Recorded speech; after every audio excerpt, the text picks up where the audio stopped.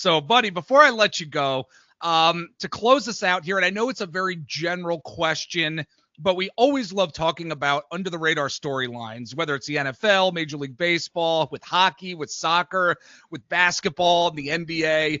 Who do you think, or what do you think, is going to be that big under the radar storyline that we're going to really be following this coming NFL season? What do you think that's going to be?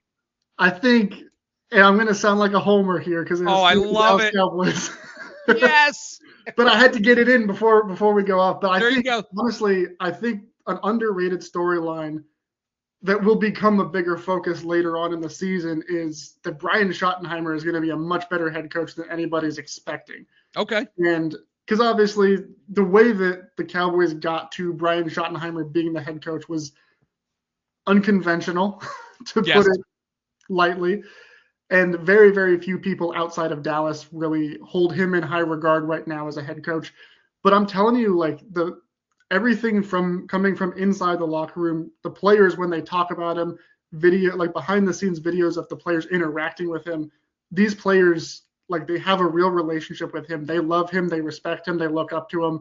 And so just in terms of like being able to motivate his players, we talked about Pete Carroll, Dave Canales. Brian Schottenheimer also coached for 3 years under Pete Carroll.